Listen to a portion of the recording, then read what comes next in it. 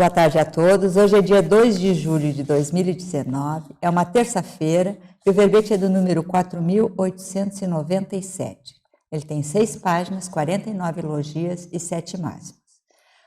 O tema a ser debatido hoje é o inventário do autoalinhamento principiológico, da especialidade autopesquisologia. Ele foi redigido pelo professor Oswaldo Vernet. O professor Oswaldo é graduado em matemática aplicada, modalidade informática, mestre e doutor em engenharia de sistemas e computação, pós-doutor em matemática pura, brasileiro, natural de Juiz de Fora, Minas Gerais, analista de sistemas, voluntário da Conscienciologia desde 2014, docente de Conscienciologia desde 2015 e tenepsista desde 2015 também. Ele é autor do livro A Geometria Absoluta, de 2011. Vamos agora aqui à definologia.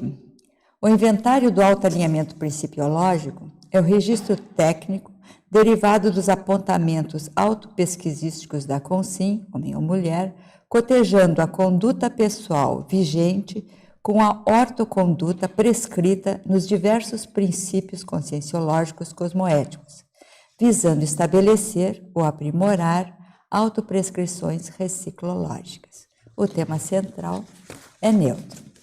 Aqui na pensenologia, o holopensene pessoal da autocoerência, o holopensene pessoal da autoverbaciologia, a autopensenidade disciplinada, os nexopensenes, os evoluciopensenes e a evoluciopensenidade. Na fatologia, destacamos o inventário do autoalinhamento principiológico, os autoinventários enquanto alicerces da autopesquisa, a identificação de condutas a partir da reincidência factual nas anotações pessoais, o reconhecimento de padrões de comportamento, os ajustes na conduta pessoal, objetivando maior alinhamento principial, a busca de autonomia evolutiva e o mega conhecimento autolibertário da inteligência evolutiva.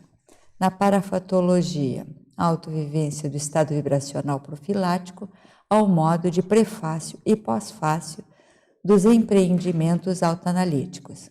O autodesenvolvimento parapsíquico, facultando a recuperação de cons magnos intermissivo. As energias conscienciais qualificadas de acordo com o grau de autocoerência evolutiva. E as paracondutas contrastadas com as condutas intrafísicas.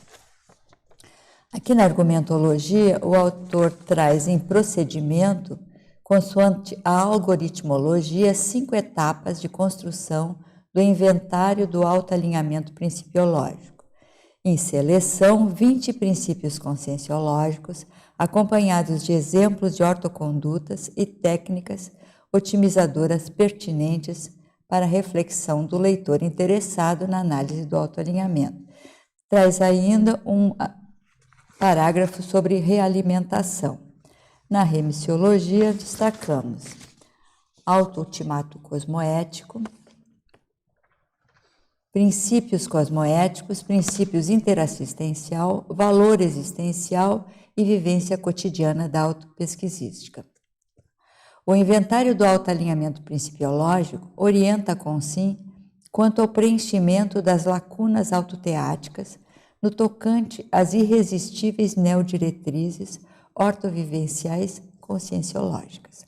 Na questionologia, você mensura o grau de balizamento da conduta pessoal pelas diretrizes conscienciológicas de aceleração evolutiva?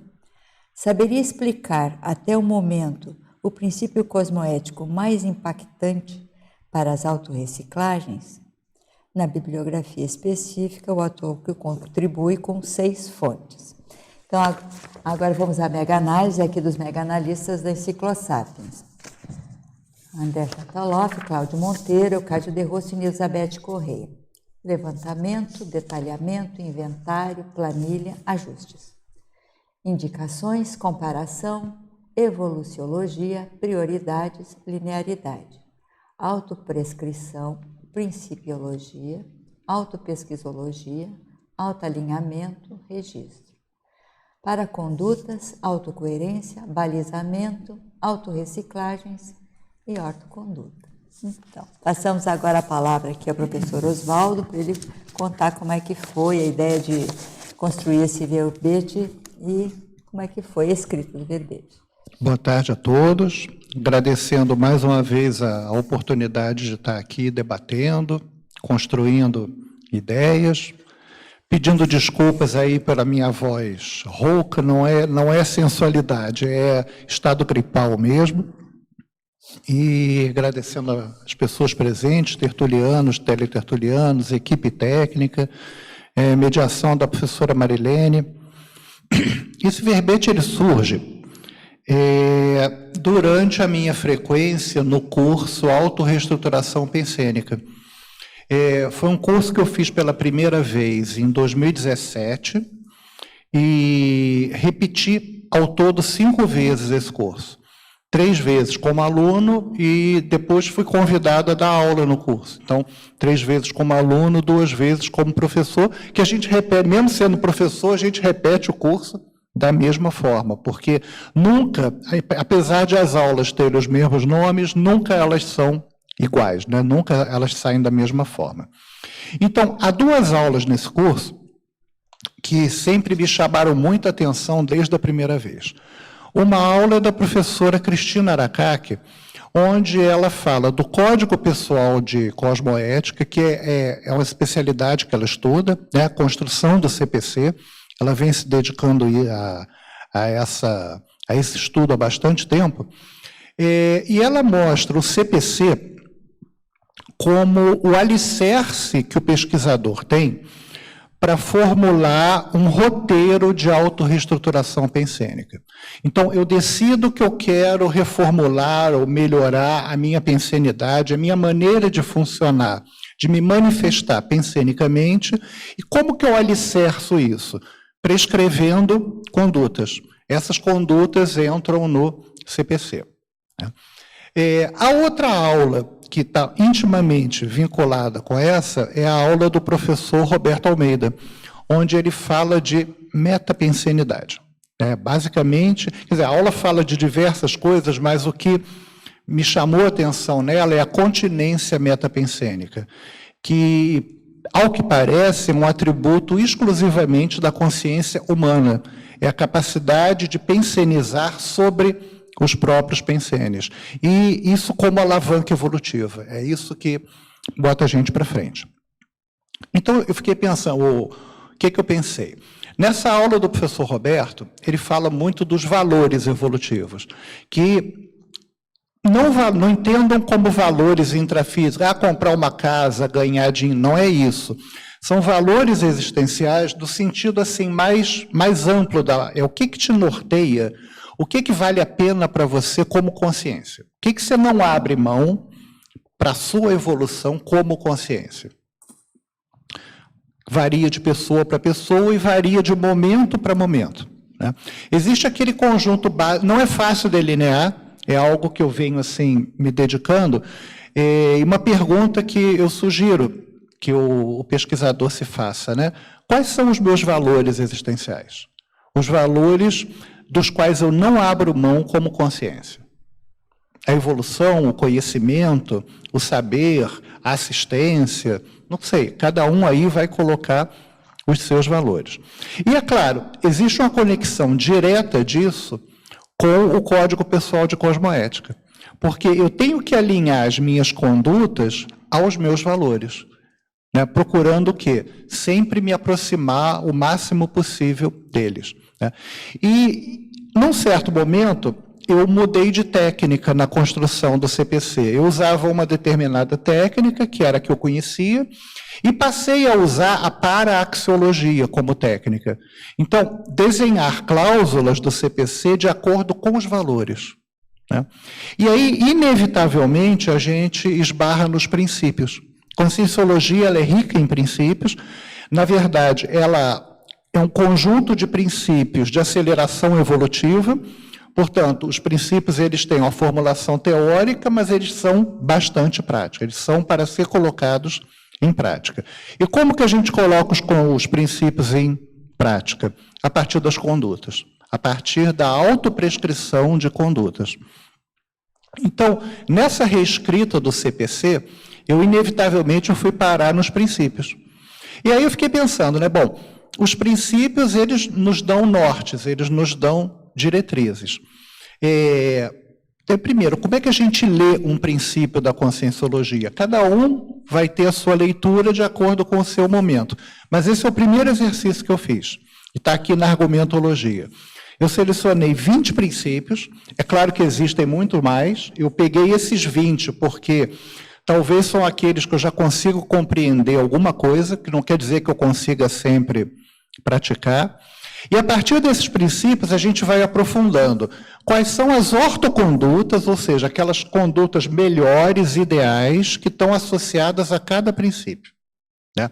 Então, essa listagem que a gente coloca na argumentologia é exatamente isso. É o princípio, entre parênteses, uma frase mais coloquial, explicando mais ou menos o espírito daquele princípio, o que ele quer dizer de uma maneira mais coloquial, condutas relacionadas aos princípios e uma técnica. Porque o princípio, para ser posto em prática, ele exige técnica. A técnica é o quê? É o caminho mais curto entre a teoria e a prática, né? Então, a partir desse estudo, a pessoa vai para os diários dela, para os autorregistros.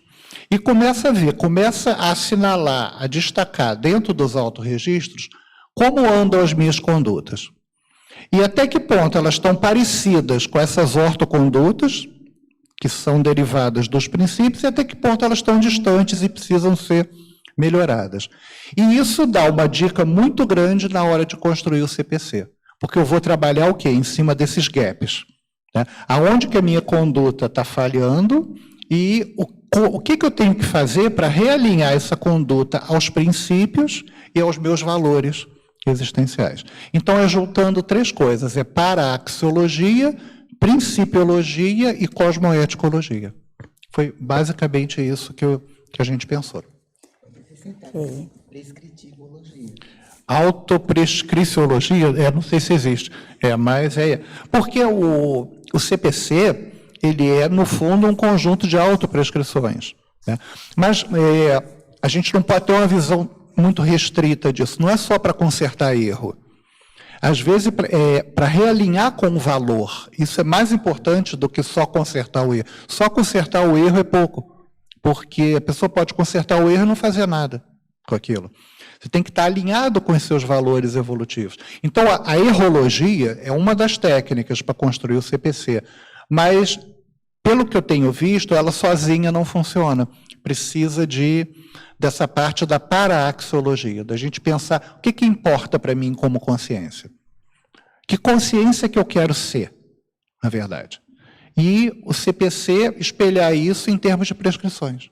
Eu estou pensando aqui, esse alinhamento deve diminuir bastante os autoconflitos, né? Deveria. Porque o autoconflito é uma das fontes do desalinhamento, né? Pela realimentação negativa que ele gera.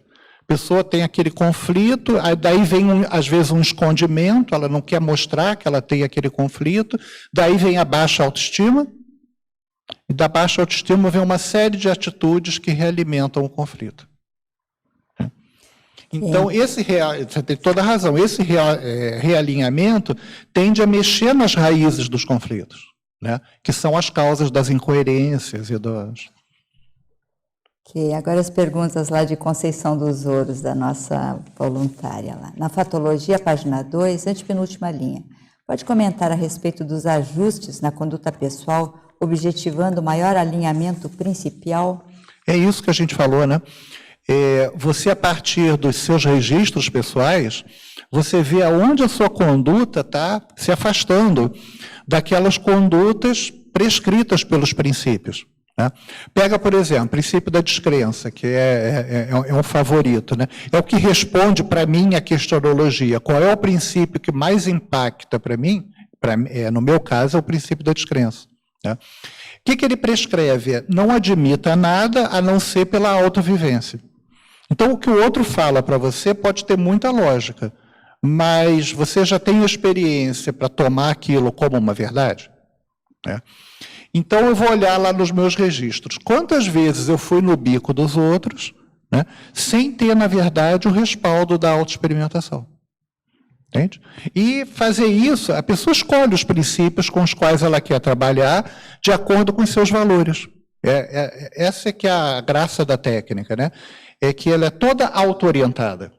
Quer dizer, você tem que conhecer, pelo menos minimamente, os seus valores existenciais. É claro que, com o aprofundamento desses princípios, é o que eu digo lá no final da argumentologia, isso pode descortinar neovalores. Você acaba enxergando valores que você nem estava claro para você que você tinha e que aquilo é importante como consciência para você. Às vezes, a partir dessas análises, não, o conhecimento é um valor muito, muito importante para mim.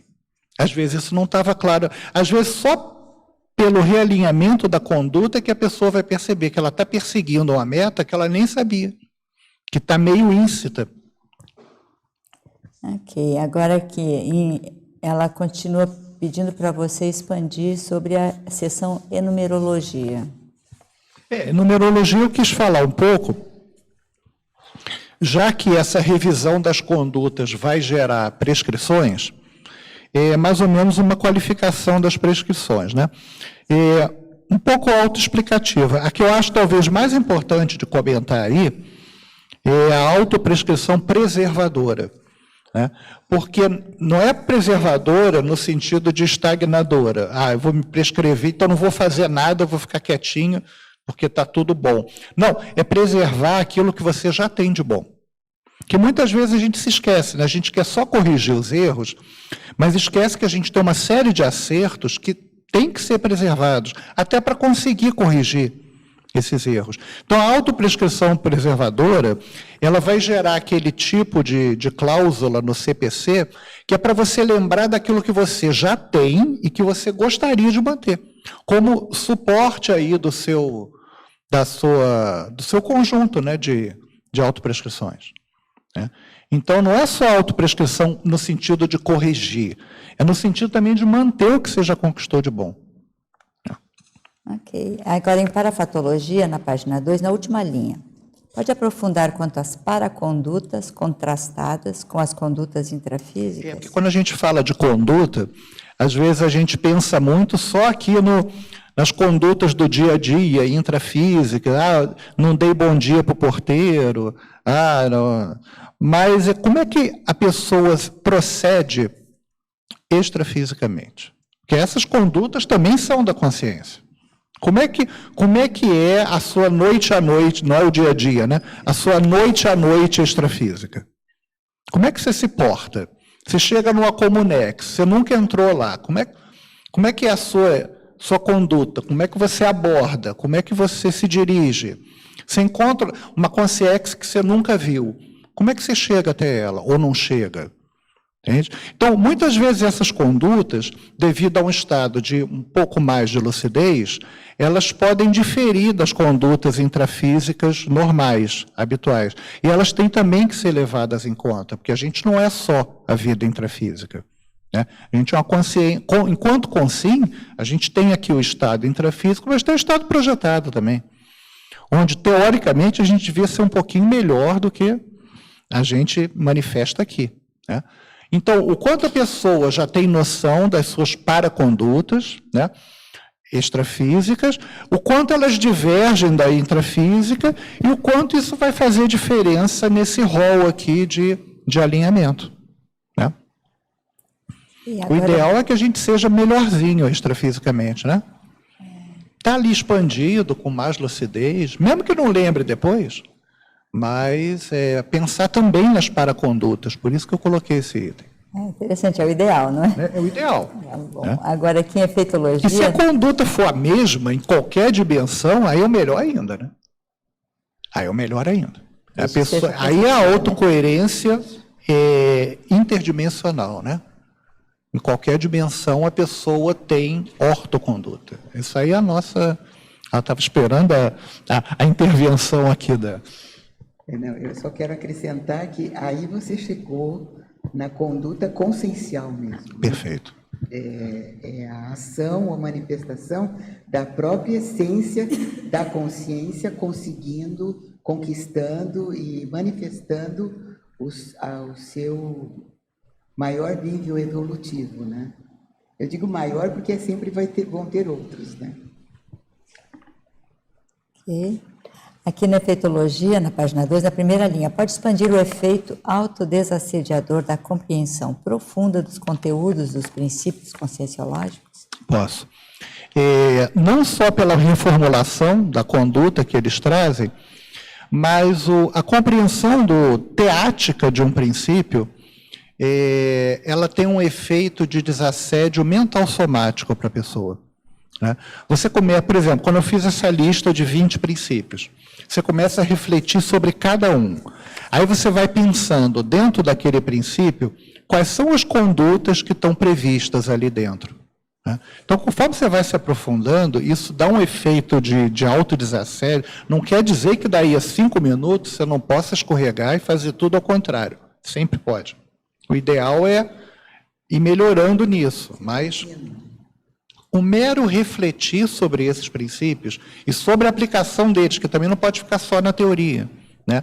Isso é um exercício enorme de desassédio mental somático. Não há assediador que aguente ficar perto disso. Sim. Posso? Parabéns, Oswaldo, muito bacana. Eu acho que você traz bastante reflexões aqui. Eu achei o máximo aqui, como o professor Valdo, ele brinca com as ortopensatas, né? Quando ele coloca antes podia. Isso é o máximo, né? É muito legal, né? Sim. E eu queria que você falasse um pouquinho, acho que você pegou assim uns pontos bem interessantes, do ponto de vista que os princípios, que meio que norteiam as atitudes, as ações, não é? Ou seja, ele está ali bem na base do modus operandi da pessoa, da personalidade, né? E quando você traz aqui esse princípio o primeiro princípio, a autobenignidade, a gente vê aquele processo que é bem curioso, que muitas pessoas, do ponto de vista de que o Pensene, ele cria ação, elas jogam contra ela própria, né? Ou seja, elas trazem doenças, atraem processos negativos, tornam-se até vulneráveis, né? Do ponto de vista de que caem presepadas, caem arapucas, em que elas mesmas acabaram se conduzindo àquele estado. E tem aquele processo antigo da moral religiosa que falava assim, não, é porque Deus quis, né? Uhum. Tipo, o universo está conspirando contra mim. Então, você está indo tudo aqui no processo do contrário, olhando já o intermissivista, fala assim, olha, não dá mais para você ficar chorando, não dá mais para encher de mimimi, né? Então, você tem que agora prestar atenção na tua pensenidade. Eu acho que você está dando esse recado, né? Só que eu acho que é interessante você apontar um contraponto do ponto de vista desse princípio da autobenignidade e a questão de ser auto-imperdoador. Porque a autobenignidade não é autoperdoamento. Exatamente. Não é? Isso é um ponto bastante sutil. Eu penso assim que a autobenignidade é você olhar para você na sua caminhada evolutiva. Eu vejo muito dessa forma. Então, é claro que vai ter erro, é claro que vai ter tropeço, porque se não tivesse isso, a gente já não precisava mais estar por aqui. E olhar para isso como alavanca e não como trava. Né? Aí eu acho importante, por exemplo, a pessoa saber valorizar as conquistas. Porque, tá bom, é importante reconhecer os erros, é fundamental, porque senão você não supera, você não sai deles. Mas não pode ficar só em cima do erro e a pessoa não valorizar aquilo que ela já fez de bom, de correto. Isso é autobenignidade. Né? As pequenas vitórias. E as grandes vitórias também. Quantos de nós, se a gente olhar aí para o passado, já tem grandes vitórias, né? Em termos de superação de temperamento, superação de tendências. O problema é o olhar que a gente quer lançar ou não sobre isso. Né? Às vezes é mais fácil ficar se vitimizando em cima do erro. ficar ali repisando em cima do erro. Então, a autobenignidade, ela exclui, né? Se ela for vivenciada de uma maneira sadia, ela exclui o autoflagelamento, a autoculpa, todo esse tipo de abordagem que não interessa. É olhar para os erros de uma maneira mais construtiva. Não, eu errei, mas eu posso superar. Correto? É totalmente diferente de passar a mão na própria cabeça, né? Agora, um outro aspecto que eu estava achando aqui bem curioso, dentro da sua enumeração, eu vejo que você cria um raciocínio que dá para a gente pensar em diversos princípios. Ou seja, isso aqui é uma estrada, né? É um molde, É um molde, né? É. E aí eu estava pensando numa das coisas impactantes do ponto de vista evolutivo, né, que tem a ver com o princípio da evolução, no que tange de que a morte não existe, quer dizer, o princípio da inexistência da morte. Porque isso daí, para nós que estudamos Consciologia, temos saída fora do corpo lúcida e entendemos e percebemos o nosso funcionamento extracorpóreo, isso para nós é um fato e um parafato. Para muita gente que é teórico e do ponto de vista está nas ideias filosóficas, isso é uma hipótese.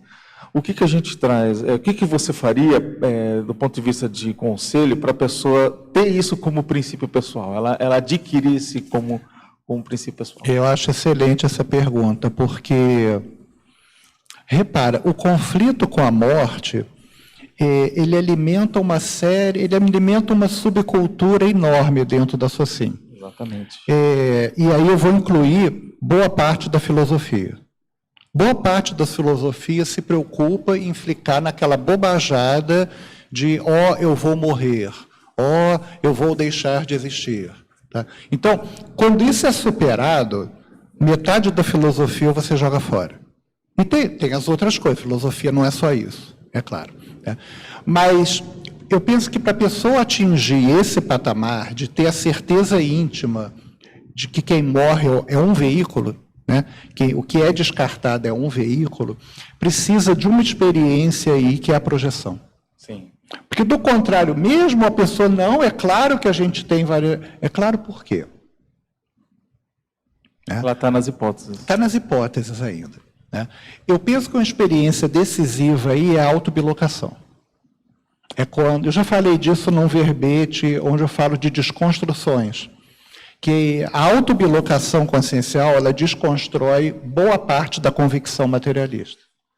Porque, tá bom, o psiquiatra pode medicar, pode dizer que a pessoa está maluca e tudo, mas ela sabe que ela estava ali fora do corpo, raciocinando que era ela, e o corpo está ali deitado, e ela não é aquele corpo. Não há o que desconstrua isso, não há o que mude isso. Pode internar, pode dar choque, pode fazer o que, mas a pessoa sabe. E quando se fala de autoexperiência, é isso que interessa. Então, eu penso que é isso para a pessoa, para acabar com esse mito da morte, esse mito do fim, que é muito imediatista, tem que ter uma experiência desse nível, que convence de vez a pessoa. Ou ela vai achar que está doida, vai concordar com o psiquiatra, mas se ela estiver lúcida naquele momento da vivência do fenômeno, eu acho difícil ela conseguir negar isso para si mesma. Sim. Agora, não é um fenômeno fácil de Não ter. Né? É interessante, né? Mas tem técnica. Claro, né? claro. E a gente tem que ver que é uma curiosidade, que o professor Valdo, dentro das pesquisas mais sérias do paradigma da Consciologia, começou com a Prosologia. Isso. Então, isso tem a sua um pedra. tratado de 1000 páginas, né? E foi o primeiro. Tem o porquê, né? Tem alguma coisa aí, não tem? Aquela questão, por que essa prioridade? Tem não alguma coisa, né? Tem alguma Tem coisa. alguma coisa importante para a gente aprender ali, né? Capaz, não é? Capaz. E aí, assim, para muitos de nós, isso fica muito claro, né? E tudo, mas eu acredito que para muita gente seja causa de conflito, assim, muito sério, porque eu vou acabar. Então, o tipo de patocomportamento que isso gera então eu posso fazer qualquer coisa, vou acabar mesmo. Não tem consequência, tudo se resume a isso aqui. Ou então, assim, o senso do imediatismo, né? Eu vou aproveitar o máximo que eu puder, passa por cima de todo mundo. Então, gera todo tipo de desregramento de patologia. Né? O materialismo é uma doença, nesse sentido. né, do ponto de vista consciencial. Agora, um outro aspecto que eu achei interessante aqui na tua enumeração, e que eu vejo que poderíamos até ter um verbete falando só disso. De repente, você pode fazer um verbete, uma sugestão. Um extrato, né? Fazer um verbete desse princípio. Esse aí? Não, eu vou falar qual. Ah, tá. Porque, tipo, cada tópico aqui pode ser um verbete. O princípio que eu estou chamando a atenção, que eu acho que é tão sério e foi pouco trabalhado, que você vai poder explorar aqui um pouco, é o 17. É o princípio ceticismo, otimismo e cosmoeticidade, que é o cético, otimista, cosmoético. Eu vejo que isso é uma coisa assim, parece que é uma coisa jogada, né? Mas a profundidade do ponto de vista da reflexão que isso traz, ela é imensa. Né? É verdade. E eu queria que você falasse, porque não quer dizer que o cético é aquele ranzinza, né? Não é aquele que não, isso não vai dar certo. Não é isso. Então, como que você orientaria dentro dessa... Porque isso te chamou a atenção. Então, eu quero que você explore sobre esse assunto. E ele me chama a atenção porque tem uma ortopensata que eu botei num verbete anterior sobre descrenciologia, falando do princípio da descrença. O professor Valdo, ele diz assim: a desconfiança cosmoética é irmã gêmea do princípio da descrença. Aí eu falei, bom, então desconfiar... Tem alguma coisa de positivo em desconfiar. Nem toda desconfiança é negativa. Tá? Quando é que a desconfiança se torna negativa? É quando eu estou desconfiando da pessoa. Eu tenho direito de desconfiar da ideia da pessoa, se ela entendeu ou não o que ela está falando. Mas isso não quer dizer que eu esteja reduzindo a pessoa a um erro que ela esteja cometendo. Então, a desconfiança cosmoética, eu vejo muito por aí. A gente não pode reduzir as pessoas aos seus erros.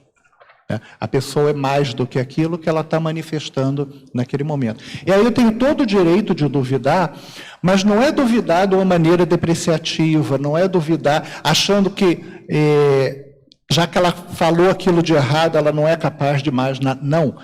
É uma dúvida do momento, é uma dúvida da circunstância, é uma dúvida quanto à ideia que está sendo trazida. E cosmoeticamente, no sentido, eu posso melhorar o que está sendo trazido? Então, esse princípio, ele junta um monte de coisa aparentemente antagônica, mas que tem liga, que tem amálgama, porque ele junta ceticismo, né, com otimismo. Não, estou desconfiando, não está certo, mas o que eu posso esperar de melhor dentro disso? Né? E dentro da cosmoética, ou seja, sem polianismo. Né? Agora, eu acho interessante, porque vamos pensar, né? Dentro desse universo que é o COC, né, que é o cético, otimista, cosmoético, você pensou o processo da heterocrítica. Isso. Né? Então, é interessante por que isso é relevante. Então, eu vejo que deve ser estudado muito isso, porque isso tem a ver, se a gente for sentir o cheiro, né, do nosso passado, isso tem a ver com processo de inquisição, isso tem a ver com o processo o processo da jurisprudência fraudulenta, ou seja, isso tem a ver com a questão do julgar e do assediar, não é? Ou seja, você, de alguma maneira, está buscando... A gente está vendo que esse COC, ele tem muito da característica dos princípios do amparador. Isso. Não é? Isso. E quando você está chamando a atenção disso, você fala assim, não, pera, agora eu quero ser o amparador, não quero mais estar do lado do assediador. Porque eu acho que uma coisa que eu questionava muito, o professor Valdo, ele falava, olha, hoje eu tenho certeza, ele pontuava, que eu não fico mais do lado do assediador. Uhum. E aí eu me questionava, eu falava assim, como que ele adquiriu essa certeza? Essa é uma boa reflexão, tipo, o que eu preciso fazer para garantir que, olha, eu de fato não estou mais do lado do assediador nunca? Isso é uma coisa para fazer altas reflexões. Com certeza. Eu acho que esse ponto traz isso. Não é? E tem um ponto aí também, né? Muito da heterocrítica, no sentido destrutivo aí que eu vou colocar, né? Aquela heterocrítica depreciativa, ela tem a origem na baixa autoestima da pessoa.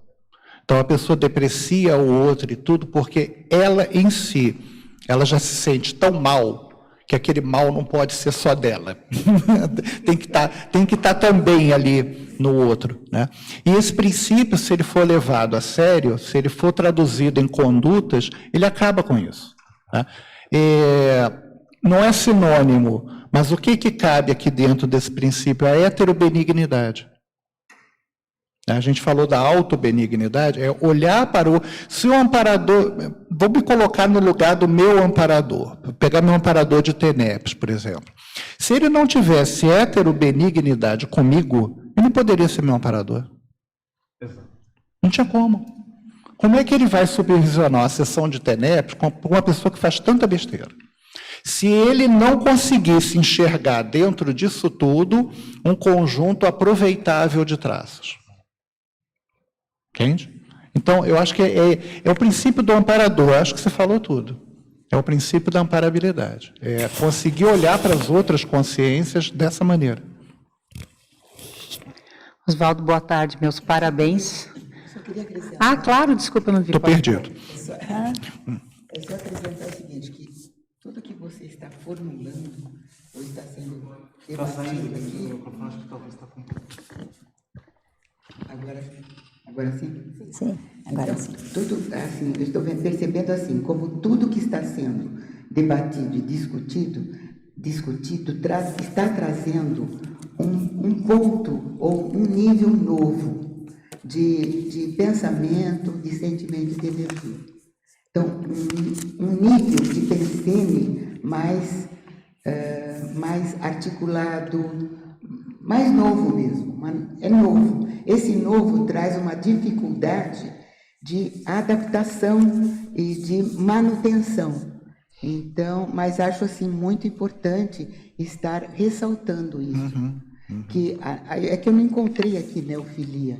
Não sei se tem, mas eu não encontrei. Eu coloquei uma outra filia, que é a ortofilia. Ah, você colocou a ortofilia. A ortofilia. Mas está, é gostar então, de fazer o sessão. certo. Né? Mas está em outra sessão. Outra não? sessão. Ah, tá. Então agora ficou mais esclarecido. Né? Quer dizer, é chegar a esse nível de ortofilia. Isso. Né? E, então, eu só queria ressaltar isso. Nós nos habituarmos a estar em constante mundo novo, ou conduta nova, Isso. ou pensar novo, ou pensar um pouco diferente, já é novo.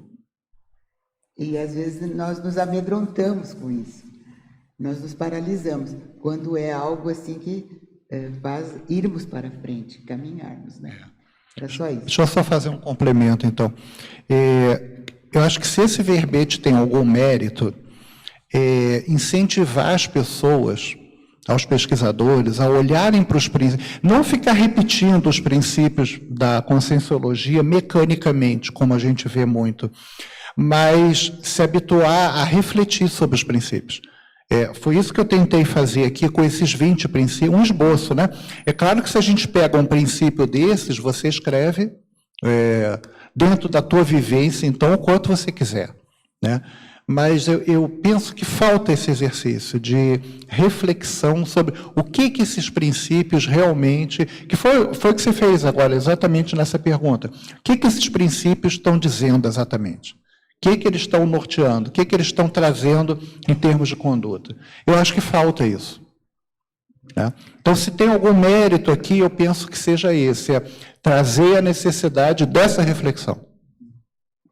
Oswaldo, bom, em primeiro lugar, a escolha da temática é muito boa, parabéns. Ela demonstra um nível de aprofundamento bem acima da média, isso é bem importante.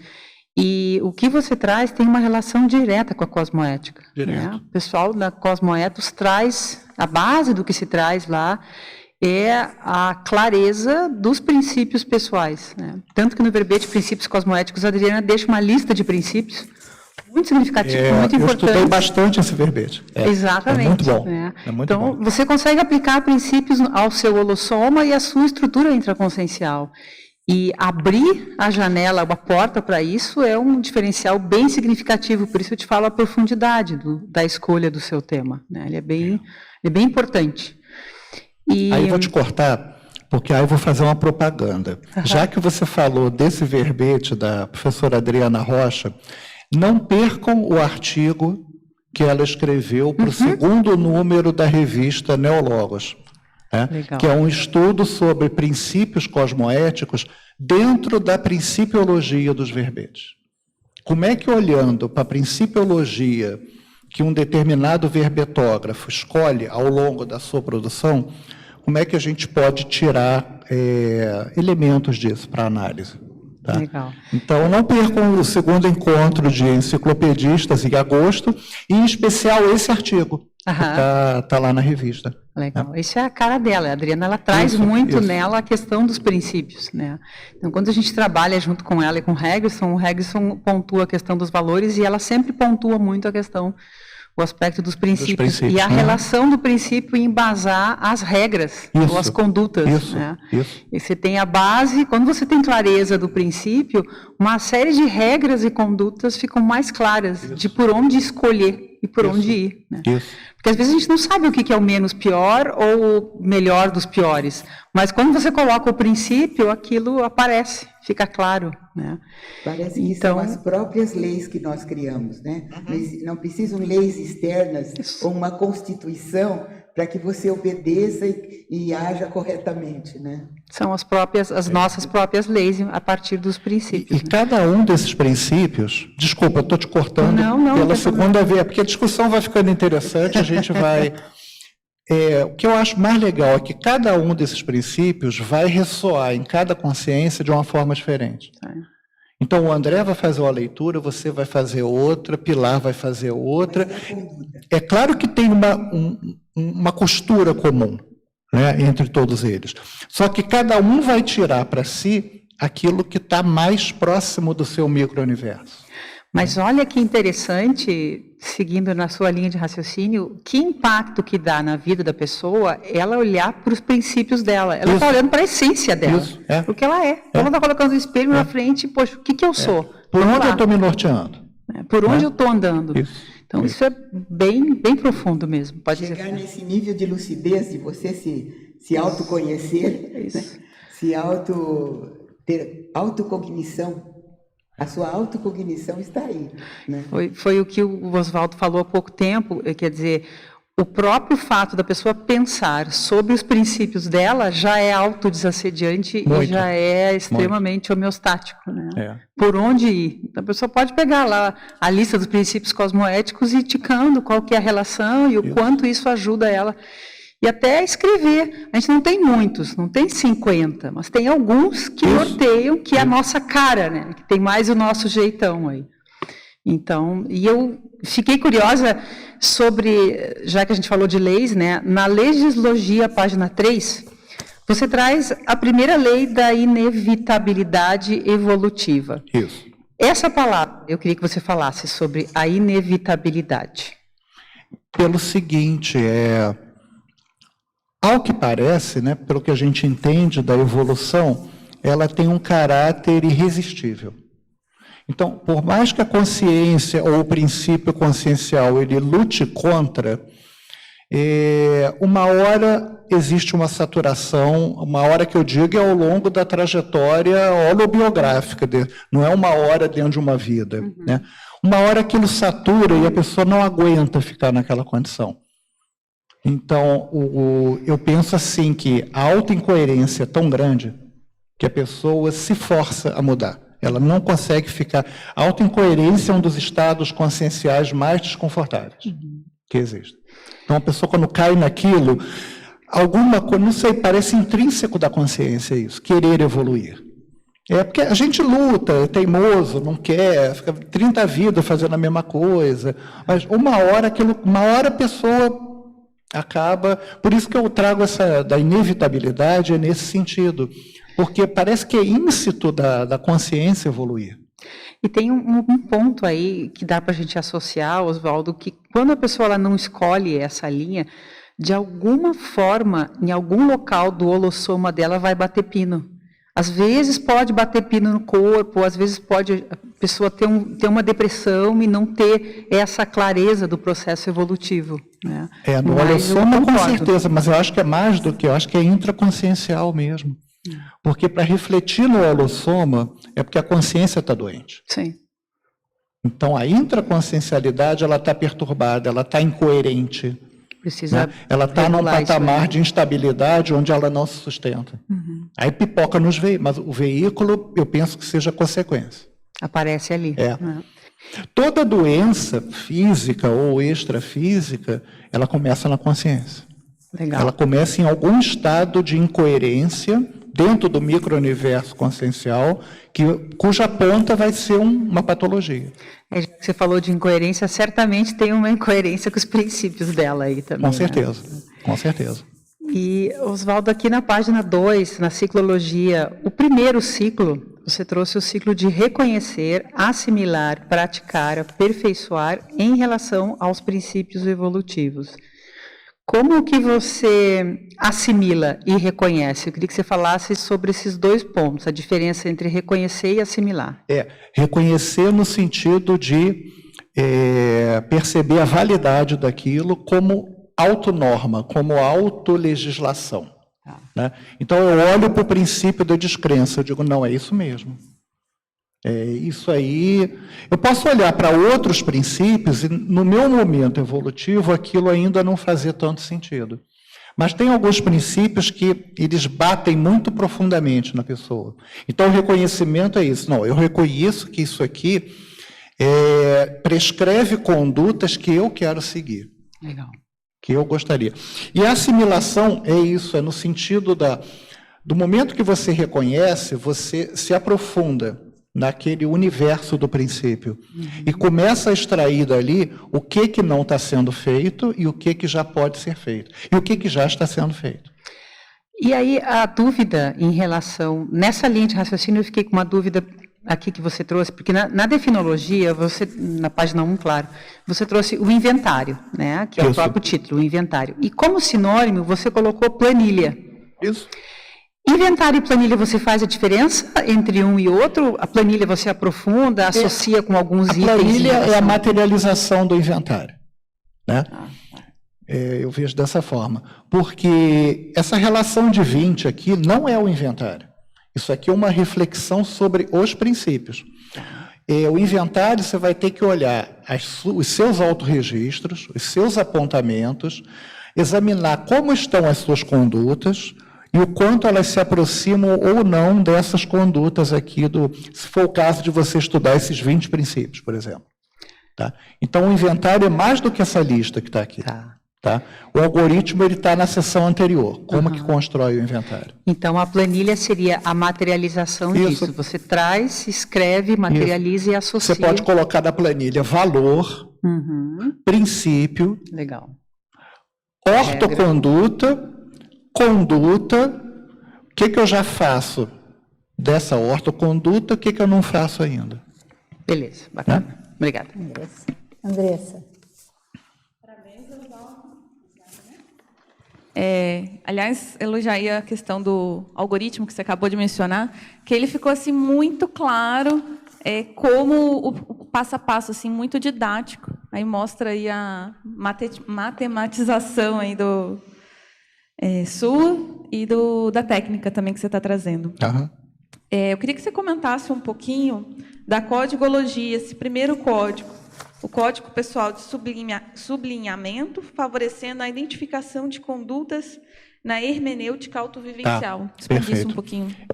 Quando eu fiz o verbete hermenêutica autovivencial, em algum ponto, agora eu não vou saber citar exatamente qual foi o verbete, mas em algum ponto da remissiologia, eu fui parar num verbete do professor Valdo, que citava esse Código Pessoal de Sublinhamento. Né? Eu estou para escrever esse verbete desde aquela época, ele tá aí na minha lista em algum momento. Né? De sublinhamento, ele aparecia num verbete do professor Valdo, que eu usei da remissiologia do hermenêutica autovivencial. O que eu penso que seja isso? Quer dizer, aí é minha leitura, né? Tem que ver se... mas eu acho que é isso mesmo, dentro dos seus registros pessoais, você criar um código, uma marcação personalíssima que te permita, depois, numa leitura posterior, extrair facilmente informações. Porque sempre que a gente faz um diário, às vezes a gente tende a enfatizar mais uma coisa, ou mais outra. Esse código, o que ele vai fazer é uma marcação em cima disso. Né? Então, vamos dar um exemplo. Eu me considero, vamos supor, uma pessoa egoísta. Né? Então, eu vou criar lá uma marca. Toda vez que no meu diário eu achar que eu tiver sido egoísta, eu vou botar uma estrela lá. Então, depois que eu olhar no fim de um ano, quantas estrelas eu botei aqui? Quer dizer, aquela estrela, para mim, já resume uma ideia. Não vou precisar reler o diário para saber que ali eu estou falando de egoísmo, por exemplo. Tá? Então, quantas vezes eu fui egoísta? Então, é isso, é você ter um código que facilite a releitura. E por que de sublinhamento? Porque, na verdade, você está ressaltando, sintetizando passagens numa codificação. Eu penso que seja isso a ideia. É interessante você falar isso, porque ontem eu estava fazendo um laboratório e eu estava justamente mexendo nos meus diários e com essa ideia assim de, poxa, eu podia criar um marcador aqui para esse ponto que eu quero pesquisar, mas que é uma coisa que demanda tempo, assim, né? Isso é uma coisa que vai sendo acompanhada ao longo do tempo, né? Então, interessante. Em algum momento eu falei aqui da repetição dos fatos, né? Acho que foi na fatologia. Está aqui, a identificação de condutas a partir da reincidência factual. Porque é a repetição, é a recorrência dentro dos autorregistros que vai te revelando os padrões de comportamento. Então, se você tem um código para isso, fica muito mais fácil numa releitura você achar depois. Legal. Né? Só uma pergunta sobre esse tema, daí depois a gente passa para a sua segunda. O sublinhamento nesse sentido, então, é lato sensu, não é estrito sensu? Não é só grifar. Tá. É o grifo no sentido sintético, no sentido que aquilo ali fica simbolizado. Porque eu lembrei dos verbemas do professor Valdo lá atrás, em 2002, 2003, onde ele começou com a lista de sublinhamentos, que eram as palavras italicizadas, né? Não, aqui é sublinhamento gráfico mesmo, é no sentido gráfico do termo. Na paradoxologia, o primeiro paradoxo, o paradoxo da autoimposição sadia negligenciada. Tem a ver com a citaciologia, esse paradoxo. Tá? Que é assim, a pessoa reconhece que aquilo é bom, valoriza o melhor, mas segue o pior. Entre reconhecer, por isso tem aquele ciclo, né? Entre, que a Fabiana perguntou, entre reconhecer e conseguir pôr em prática, tem um gap aí, tem um gap de verbação aí, né? Tem um gap teático acontecendo. Né? Então, às vezes, você olha para um determinado princípio, pô, realmente isso aqui é o melhor, né? Mas você escorrega, aquilo ali não está fixado ainda, não está dominado ainda. Né? Então, é assim, você, às vezes, se autoimpõe, se autoprescreve, autoimposição sadia, que eu quis dizer, é autoprescrição. Tá? Então, você se autoprescreve uma coisa, mas que você negligencia. Por quê? Aquilo ainda não é domínio para você. Aquilo ainda é esforço. Né? Então, é isso. E o paradoxo é o seguinte, que você sabe que aquilo é o melhor. Então, por que você não faz? Né? Isso, aí vai dando os conflitos, aí baixa a autoestima. Uhum. Né? E, sim, em termos de... aprofundando um pouquinho mais, assim, em termos de causas para essas autoincoerências, essas diferenças entre, essas dissonâncias entre saber o que é melhor, já vislumbrar e ainda não conseguir na prática, assim, ser... Eu penso que tem uma causa chata, chamada ganho secundário. Uhum. Né? Que, aliás, eu até prefiro, deixei de usar essa expressão a partir de um verbete da professora Rosa Nader, que ela diz assim, se o ganho é secundário, então não é ganho. E eu acho que ela tem toda a razão. Então, ela mudou, ela fala uma outra expressão, ela fala dividendos nosológicos. E dividendo é interessante, porque ele tem a mesma raiz de dívida. Apesar de significar um ganho, mas se você olhar etimologicamente, ele tem a ver com dívida. Sim, sim. Né? Mais interessante. Então, eu penso que um dos agravantes seja esse, que a pessoa, dentro daquele erro, ou dentro daquela incoerência, tem algum ganhozinho ali rolando. Né? Então, dá para levar. Dá para... O verbete da Rosa é dividendo nosológico? Não? Isso foi uma frase de um... Não vou saber te dizer qual foi, tá? Mas ela usou essa expressão na fatologia de um verbete dela. E quando eu li, eu não esqueci mais, porque, para mim, é o substituto perfeito do ganho secundário. Interessante. Obrigada. Ok, vou mandar um pouquinho aqui nas perguntas, então. Aqui na argumentologia tem 2 perguntas sobre o mesmo princípio, que é o princípio 8, princípio da evitação do impertinente. Aí, especialmente quanto a ser aplicado na economia de bens, realidade da atual era da fartura e oportunidades evolutivas disponíveis. Então, 2 pessoas pediram para você ampliar esse princípio. Então, vamos falar do antidesperdício, que aí eu acho que resolve as 2 pessoas, não? Porque evitação do impertinente é o seguinte, você sabe que aquilo não é bom para você, né? Você olha para aquilo e diz, gente, isso não é para mim. Mas daqui a pouco você faz. Ah, não é para... Mas só hoje. Não, eu vou comer o chocolate, mas só agora. Né? O chocolate é a metáfora, né? E assim, dentro da era da fartura, que é o que a pessoa está perguntando, existem milhões de impertinências. Porque tudo é muito farto, tudo é muito abundante, e tudo pode ser muito impertinente se a pessoa não souber selecionar. Pega, por exemplo, 1 hora de navegação na internet. Eu tenho essa dificuldade. Se eu não tomar cuidado, aquilo vira uma bola de neve. Eu vou de um YouTube, então foi terrível para mim, né? Porque ele, para mim, substitui a televisão. Eu não tenho mais paciência nenhuma de ver nada na televisão. Então, eu troquei pelo YouTube. E ali é terrível, porque um vai para o outro, vai para o outro, vai para o outro. Daqui a pouco, quando você vê, você não sabe nem por onde você começou o negócio. Né? Então, é assim, é impertinente... Reconhece que aquilo é impertinente, tem que cortar. Está na numerologia, é autoprescrição cirúrgica. Corta fora. Uma vez teve uma tertúlia, a pessoa perguntando, era o professor Valdo mediando ainda, a pessoa dizendo negócio de videogame. Né? E tinha um problema que não conseguia largar o videogame, e a televisão, parava para ver aquilo toda hora. O professor Valdo falou, mas é muito simples, joga a televisão pela janela. Claro, não é para bater em ninguém lá embaixo. Né? Mas é cirúrgico, gente. Tem umas coisas que tem que cortar na raiz. É aquilo que está impertinente, é aquilo que não está prestando, corta. Ok, agora de Portugal. Era essa pergunta sobre o princípio 8, agora sobre o 3, princípio da autovigilância ininterrupta. Na verdade, eu vou falar dessa técnica, então, que eu coloquei aí no final do princípio, né? Autovigilância ininterrupta não tem nada a ver com orar e vigiar, não, viu? Porque eu já vi gente dizendo que é a tradução conscienciológica do orar e vigiar. Não tem nada de orar e não tem nada, é vigiar você mesmo, né? Mas no sentido pensênico, o que é isso? É como se a gente desenvolvesse. Só que não é um segundo eu, é você mesmo refletindo sobre tudo que você penseniza. Então, não é só ação. Tá? É também aquilo que gera a ação, é o pensamento e o sentimento. Tá certo? Então, a autovigilância ininterrupta, para mim, ela se traduz como metapensenidade.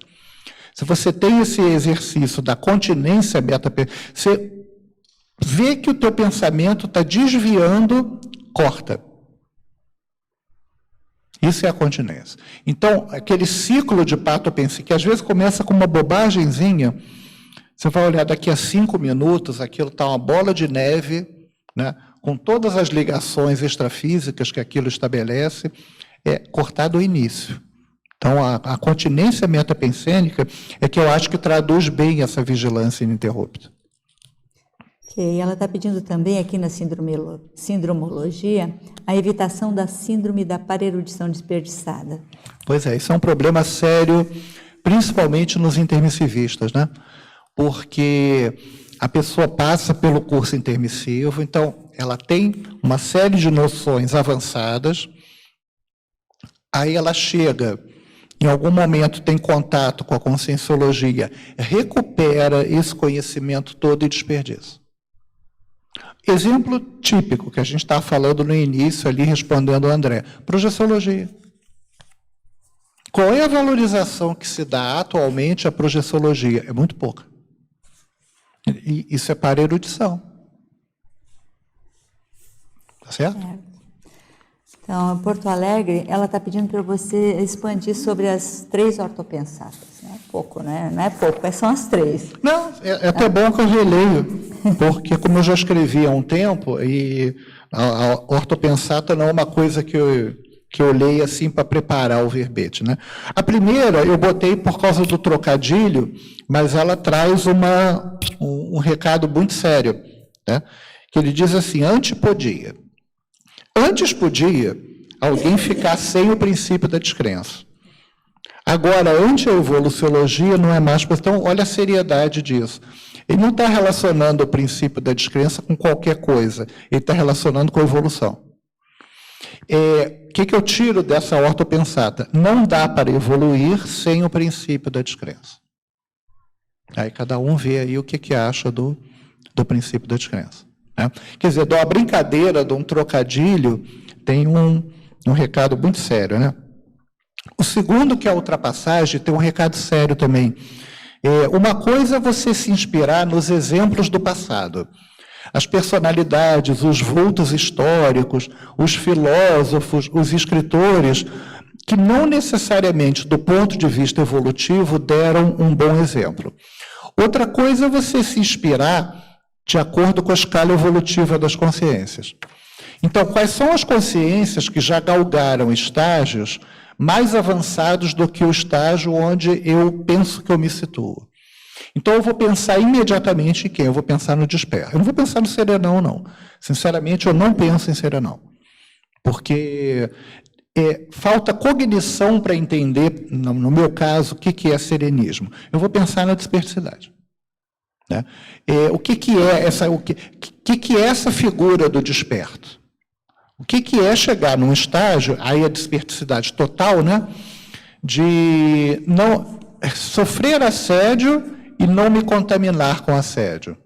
Como é que a gente chega nisso? Então, em vez de ser o retro, dizer, o Platão, eram todos maravilhosos, mas já foi, gente. Né? Agora é para frente, é isso que essa ortopensata está trazendo, é o exemplo para a frente. E aí tem que olhar para a escala evolutiva.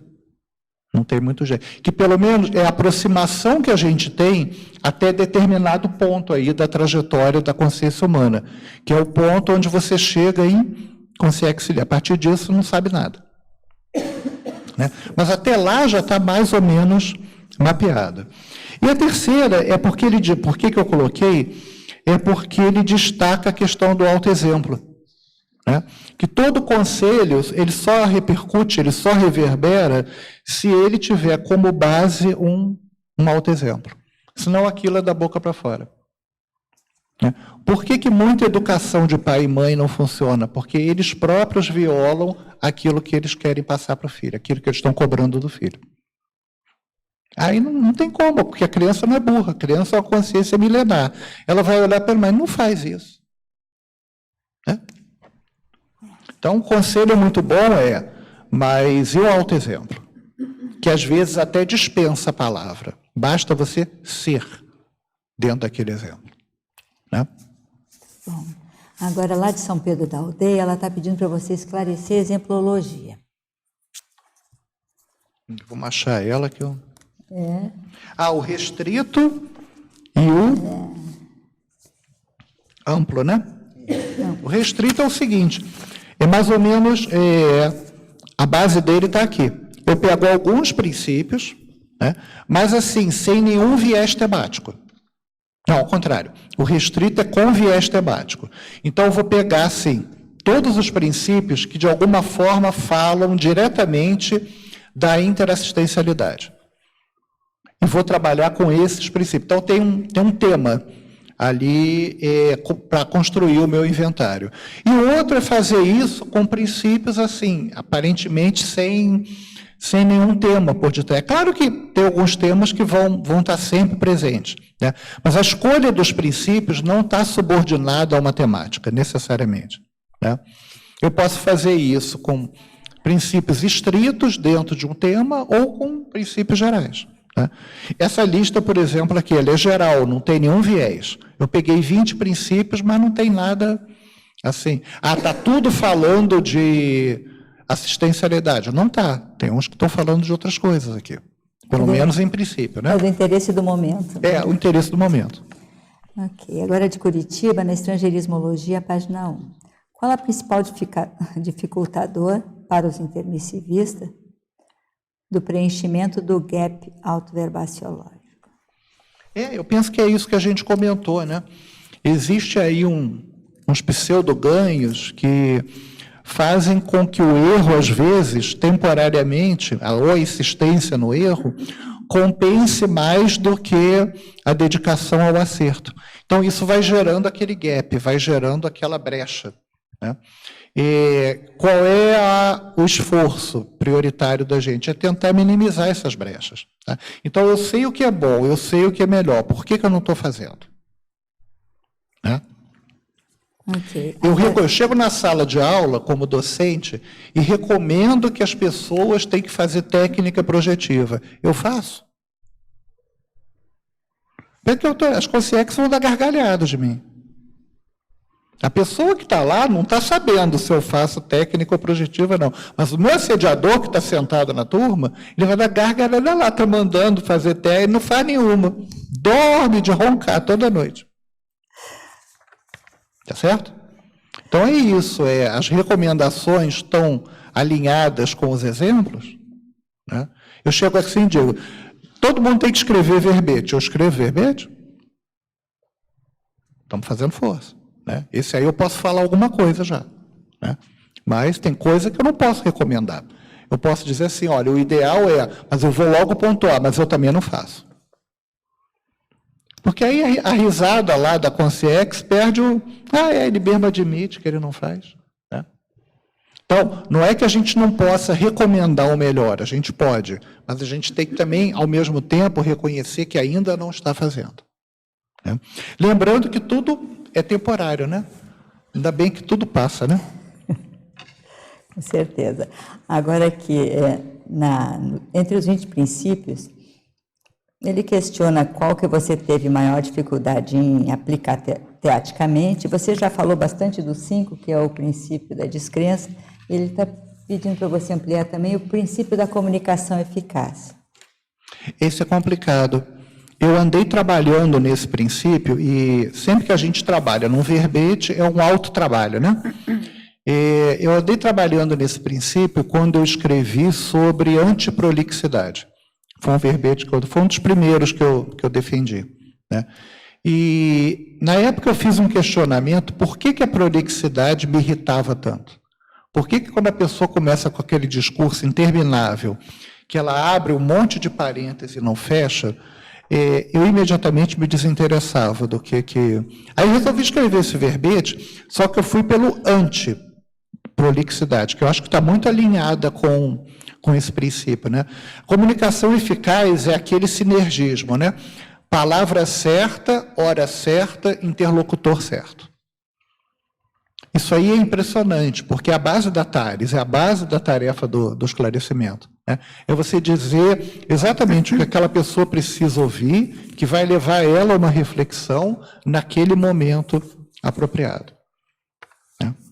Eu penso que, e já que a comunicabilidade é um dos tripés aí da tridotação, ela tem uma relevância do ponto de vista consciencial muito grande. Então, é um ponto que a gente não pode esquecer. Porque não adianta ficar só nas ideias, não adianta ficar só no parapsiquismo. A gente tem que saber comunicar isso, a gente tem que saber transmitir isso, né? Oswaldo, eu queria retomar aquilo que você comentou, chamar de eixo principiológico, dá até um verbete aí, sugerir para você, que você classifica por eixos, né, por áreas. Eu achei extremamente interessante essa classificação. Você onde pensar... Onde que está isso? Não está em lugar nenhum, que você falou dos... Deixa eu explicar de onde surgiu a ideia. Você falou dos princípios modulados por tema. Isso. Aí eu achei a ideia genial. Eu falei, olha que interessante. É um eixo principiológico aí, né? Você estrutura por temática, porque cada um de nós tem o seu tendão de Aquiles ou o que mais precisa mexer. Talvez a pessoa, se ela tiver estofa, ela pode começar por ali, né? Ou começar pelo mais light e depois... Mas eu achei a ideia de você unir princípios por área bem interessante. Bem isso dá certo também. Não sei se você já já leu esse verbete. Ele se chama Receituário de Verbetes. Não. É da professora Rosa Nader, e ela faz exatamente isso que você está dizendo, mas não em relação a princípios, em relação a títulos de verbete. Sim. Então, ela coloca 10 temas positivos, homeostáticos, 10 temas, 10 ou 20, agora eu não vou lembrar, um dos 2 números. E aí, dentro de cada tema, ela destaca 20 verbetes que ela acha, assim, primordial a pessoa estudar se ela quer começar a entender aquele tema. É um verbete, assim, que a ideia era dar esse verbete para a pessoa que está chegando. Você quer estudar alguma coisa de você? Então procura aqui, que você vai... Ele tem ponteiros para verbetes, na verdade. É o livro, né, que está sendo... Que vai virar um livro, né? Que vai virar Bacana. Você sabe que tem o contrário também. Às vezes a pessoa analisando os verbetes que ela já fez, ela consegue ver muito da intraconsciencialidade dela. Ela puxa lá os 10, 15 verbetes que ela fez. Ela teve um verbete recente, acho que foi da Tatiana, a professora Tatiana Lopes. Não foi? Que ela falava exatamente disso, né? Você olhar o seu conjunto de verbetes, tá? E dali tirar indicadores. Né? Não sei se era especificamente verbetes ou se era conscienciografia mais ampla. Né? Mas ela falava exatamente isso, você tirar variáveis e hipóteses a partir da sua produção conscienciográfica. Interessante. Né? Bem recente esse. E eu não sei se você já falou sobre a realimentação na página 5. A Andressa ia falar alguma coisa... Na temática? Era naquela temática, acho que esse... Eu não sei, eu acho que eu já vi algum, acho que foi da professora Eliana Manfroy, de análise verbetográfica para você extrair dados da sua autopesquisa, o que você já fez de verbete, nessa linha aí. É bem possível que ela estudou bastante isso também. Eu só não lembro o título do verbete, mas eu lembro de ter visto alguma coisa assim. Pois é. Vamos falar da realimentação. Porque eu comentei no início que tudo parte dos valores. Tá certo? Então, você faz um esforço para identificar minimamente quais são os seus valores existenciais, como consciência. A partir desses valores, você chega nos princípios, condutas, prescrições. Só que quando você completa esse ciclo, esse conjunto de valores pode se ampliar. Você vai enxergar valores que você às vezes nem sabia que aquilo era tão importante para você. Valor consciencial, tá? Valor no sentido mais elevado como consciência. E aí o ciclo se realimenta, porque você incorpora esses neovalores na sua lista de valores e refaz o caminho. Possivelmente você vai agregar ali novos princípios, novas condutas e vai. E o CPC, ele permeia isso tudo. Isso é que a maior graça do CPC é que é o único código autoimposto, né? Tem código de trânsito, código penal, código de... Tudo é os outros dizendo o que a gente tem que fazer. O CPC não. É a gente e o melhor, não precisa nem mostrar para ninguém. Você mostra só para você. Né? O CPC, ele permeia todo esse... Agora, é claro que o CPC tem que ser posto em prática. Não adianta também botar prescrições lindas ali e aquilo ficar ignorado. Sim, vai na mesma linha do que você trouxe dos princípios, né? Adianta pouco a pessoa ter essa lucidez se ela não se apropria, não assimila, né? Ela não assimila. Por isso aquele ciclo que você perguntou. Oswaldo, eu estava pensando aqui na inter-relação entre os princípios, né? E aqui tem, no seu 20º princípio, você fala do ônus do não. Só que eu estava aqui pensando, também tem um ônus do sim. E aí eu estava chegando numa outra visão, que você tem um ônus da tomada de decisão. Né? Perfeito. Que pode ser o sim ou não. Sim ou não, mais geral. Né? E aí, e que basicamente eu estava aqui refletindo sobre como uma argumentação assediadora, a gente vê assim, né, raciocínios, né, de assédio, falar assim, mas você tomou essa decisão, agora você vai voltar atrás? Sim. Por que não? Por que não? Então, o que acontece? O princípio da descrença alinhado com esse princípio. Perfeito. Ou seja, a coisa, ela não existe uma solidez, uma inflexibilidade entre os princípios, ou seja, você precisa saber ir para frente e para trás, olha, agora está errado, eu tenho que, né? Ou seja, a coisa ela é pulsante, não é rígida, né? Eu vou dizer a mesma coisa que você falou com outras palavras. Coerência é neutro. Você pode ser coerente dentro da bandidagem, dentro do que não presta. Agora, por que se eu tomei uma decisão errada e eu reconheço que isso, por que eu não posso voltar atrás? Sim. Né? Então, coerência é neutro. A gente pode ser coerente com o que presta, coerente com o que não presta. Exatamente. Então, quer dizer, a reavaliação... E muitas vezes bancar o não é isso, né? Eu vou dar o não porque eu sei que aquilo que foi decidido, ou aquilo que está sendo cogitado... O professor Valdo que tinha um exemplo disso, né? Na juventude, teve uma reunião lá na cidade dele, queriam que ele participasse, acho que da fundação de um clube, uma coisa. E ele estava até disposto a ajudar lá, que quando ele sentou à mesa para discutir lá o negócio, veio claro na cabeça, isso não é para mim. E ele bancou aquele não ali, apesar de descontentar todo mundo que... Né? Aí associa o ônus do não com a evitação do impertinente. Né? Então, isso aqui tudo tem costura, né? Esses princípios... Claro, é a consciência, né? Esses princípios são as normas para a consciência. Sim. Então, está tudo costurado. Agora, uma outra questão que eu gostaria que você trabalhasse é o 14º, o princípio da priorização compulsória. Isso, ao seu ver, está relacionado diretamente com a PROEX? Totalmente. Totalmente. Porque é assim, é até paradoxal, né? A PROEX, você que é proexólogo, você me corrige se eu falar bobagem.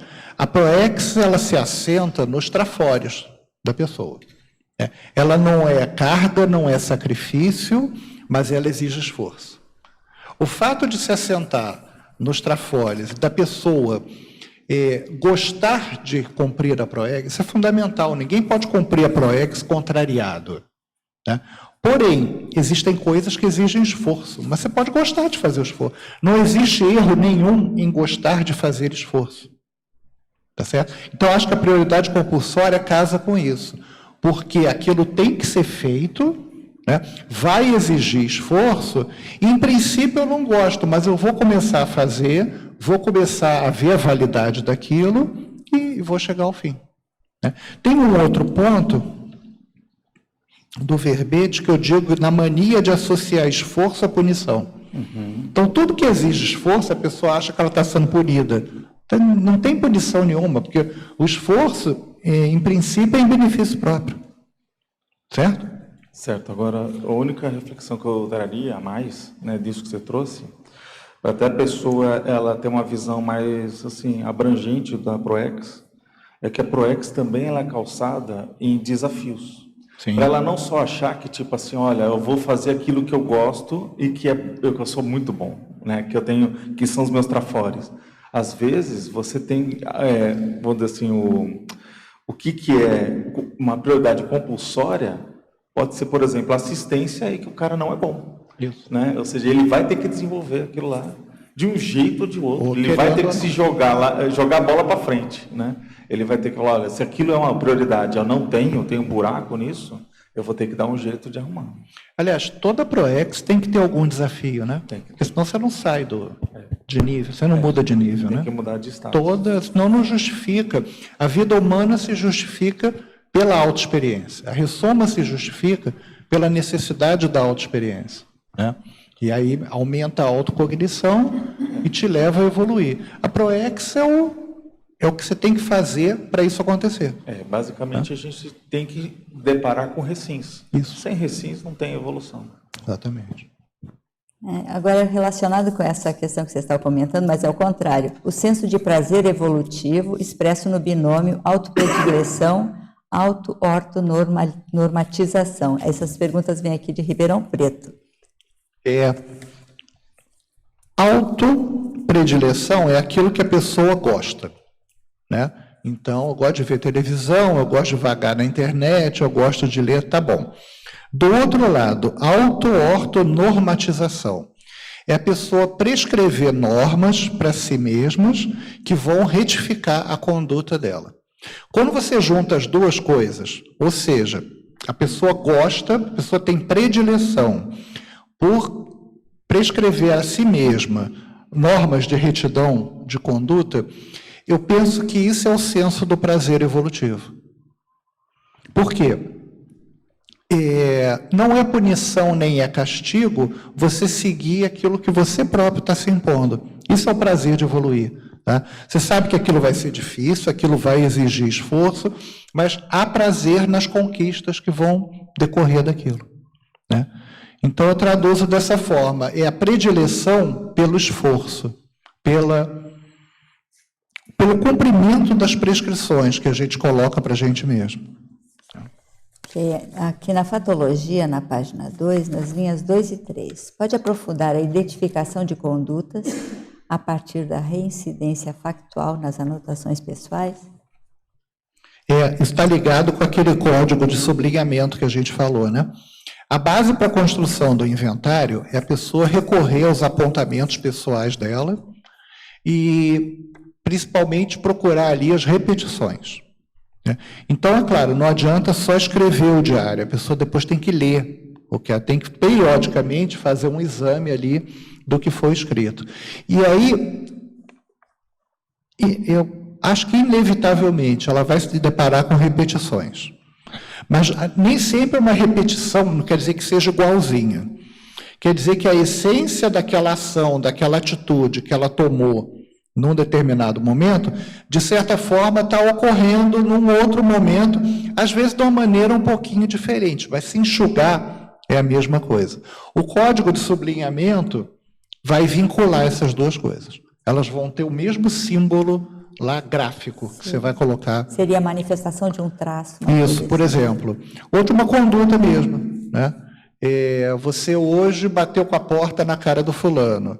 Aí amanhã você correu e fechou a porta do elevador para o vizinho não subir com você. São atitudes diferentes, mas o que está por trás disso? O princípio do auto-isolamento. Né? Você não quer interagir aqui, você não quer interagir ali. Então, isso na simbologia do código de sublinhamento, possivelmente vai ganhar um símbolo parecido. Né? Aí você vai ver dentro de que princípios isso aí é anti-cosmoético, né? O que isso está infringindo e o que precisa ser prescrito para ser melhorado. Agora, quem que nunca fez isso, né? Fechar o elevador correndo para o vizinho não subir junto. Né? Eu já fiz. Dependendo do vizinho. Bom, agora aqui... É melhor vocês rirem do que a consciência rir. Então, eu prefiro o riso de vocês ao riso da consciência. Você só falou vizinho, e se fosse a vizinha? Depende. Não vamos entrar nesse mérito. Agora, aqui em Sinergismologia, na página 2, nas linhas 1 e 2, o sinergismo, valor existencial cosmoético, princípio conscienciológico evolutivo, ortoconduta pessoal. Ele está perguntando as diferenças na prática entre o valor e o princípio. O valor é algo que você reconhece como importante para você. Né? E o princípio é aquilo que vai ajudar, em termos de conduta, você atingir esse valor. Né? Vamos tentar dar um exemplo. Eu tenho como valor o conhecimento. Né? Então, um princípio que eu posso aliar a isso. Se eu tenho como valor o conhecimento, eu vou querer o quê? Eu vou querer cada vez conhecer mais. Então, princípios que eu posso colocar aí dentro. Primeiro, o princípio da antidispersividade. Então, do momento que eu começar a estudar um tema, eu vou convergir até um certo ponto daquele estudo. O valor é o conhecimento. Né? O princípio é o da antidispersividade. Por que a pessoa tem um valor negativo que ela se dá conta? Tem, mas tem. Eu acho que tem a aplicação do princípio em cima do valor. Vamos dar um outro exemplo. Dinheiro é neutro. Você tem um valor do dinheiro, claro, lógico. Mas, na hora de escolher, se você não aplicar um princípio, você tem duas ofertas de trabalho. As duas, uma vai te pagar muito bem e a outra não vai te pagar tão bem. Em teoria, se você seguir só o valor, você vai escolher a que vai te pagar melhor. Isso. Mas precisa de ter um princípio para nortear o que é mais evolutivo. Então, aí você está aplicando o princípio na escolha, apesar do valor ser, nesse caso, neutro. Né? Vou falar a mesma coisa, eu não quero usar dinheiro, mas eu vou usar um outro valor no lugar, mas que vai se traduzir nisso que você está falando. A pessoa tem como valor a liberdade de ação. Então, princípios que ela pode colocar aí para atingir esse valor. Primeiro, o princípio da independência financeira, o princípio lá do pé de meia, da construção do pé de meia. Então, eu quero ter liberdade para agir, eu quero ter autonomia, isso é um princípio legal. Tá? Então, dentro disso, esse é um valor que me importa. Né? Eu quero ser livre para amanhã, de repente, pegar um avião e visitar lá uma biblioteca, porque o conhecimento é um outro valor para mim. Tá? O que eu preciso em termos de conduta para me alinhar a isso? Entende? E tem também o caso patológico, que às vezes o valor é positivo e a pessoa pode mapear em princípios não cosmoéticos. Por exemplo, pega esse mesmo da liberdade. Né? Então a pessoa entende, não, para ter liberdade eu tenho que ter dinheiro. Aí ela usa o princípio da ganância. Só fazendo um entre aspas, já que somatório de princípios, que só esse princípio ele não basta. Que a gente quando estuda a consciência, eu ia falar da interação. Exatamente, ele não basta, porque a cosmoética, ela deixa muito mais o indivíduo livre do que o pé de meia. Do que o pé de meia. Né? Então, quer dizer, se uma coisa estiver atrelada à outra, aí perfeito. Mas cuidado também para a pessoa não ler cosmoética como voto de pobreza. Isso, exatamente. Tem que... Entende? Que aí pode não ser cosmoética. Que pode não ser cosmoética. Mas aí a primeira sugestão nesse caso é entender em profundidade o que significa se manifestar cosmoeticamente. Isso. Porque isso é algo que falta, a gente precisa entender isso em profundidade para poder percorrer, né, ou seguir essa normativa. Mas o que eu queria dizer eu lembrei de uma expressão do meu pai é médico, ele falava muito da interação medicamentosa, né, que é a interação de medicamentos. Aqui nesse caso, no exemplo que você trouxe, precisa de ter a interação principiológica. Perfeito. Né, voltando à própria liberdade de expressão. Bem, os valores são complexos. Não tem valor existencial simplesinho. Se for valor existencial, como está definido lá no verbete do professor Valdo. E, em tese, a pessoa sempre pode se enganar. Né? Ela pode usar um valor como um princípio... A gente pode se enganar, né? Ela pode fazer a sombra para ela mesma. Né? Ela pode usar um valor extremamente evolutivo e seguir aí um princípio completamente anticosmoético que ela sabe, mas ela está fazendo aí o jogo, negocinho, né? Então, também tem essa outra hipótese. Ok. Então, aqui ele está pedindo para você explicar o mito da linearidade evolutiva no estágio de pré-serenão. Está lá na mitologia, página 13. Isso é interessante, né? Porque a pessoa pensa que evoluir é assim. É uma linha reta. Então, hoje ela dorme pré-serenão, amanhã ela acorda conscienciólogo, depois de amanhã ela acorda hipiconlúcido, e nunca mais ela volta a ser pré-serenão. E não é bem assim nesse estágio. Né? A gente tem que ver o seguinte, uma coisa é esforço, outra coisa é domínio. Né? Eu estou fazendo esforço, vamos supor, para ser desperto. Suponhamos que eu consiga nessa vida um certo grau de desperticidade. Nada garante que na minha próxima vida eu ressome já desperto. Até porque foi um esforço numa direção que resultou numa vida, vamos dizer, em algum grau de desperticidade. Até isso virar domínio, custa. Então, a evolução é mais aquele gráfico de bolsa de valores, que assim, você tem uma tendência crescente, mas dentro de cada traço, se você olhar, tem altos e baixos. Tem altos e baixos. São as quebradas da evolução. Que a pessoa acha que evoluir é rampa, é linha reta, e não é assim. Né? Agora, tem uma hora que os altos e baixos vão diminuindo. E que aquilo, em relação àquele traço, realmente vira. Né? Imagina, o serenão, por hipótese, né, ele não deve mais ter altos e baixos em determinados traços que a gente ainda tem. Né? Mas ele ainda tem altos e baixos, não tem lá o megatrafal derradeiro, o verbete, que fala exatamente do que falta ao serenão para ele ainda não ser CL. Né? Então, naquele ponto, ele ainda não está fixado. Okay? Agora, se olhar para a gente, muita coisa que a gente está tropeçando, para ele não é tropeço mais. Né? Mas ele fez esse caminho, ó, igualzinho a gente. Isso é o legal, gente, porque é tudo consciência, né? Um avança mais, um avança menos. A gente está aqui fazendo força para avançar, mas a evolução não é feita só de acertos. Né? O erro faz parte da evolução. E a compreensão e a retificação do erro também fazem parte. Então, agora aqui, lá de Conceição dos Ouros, vamos voltar aqui, na trinomiologia. Pode falar sobre o trinômio principiologia, autopesquisologia, autorreciclologia e, em seguida, o paradoxo de desconhecer o melhor para si próprio. Vamos começar pelo paradoxo, que isso é terrível, né? Porque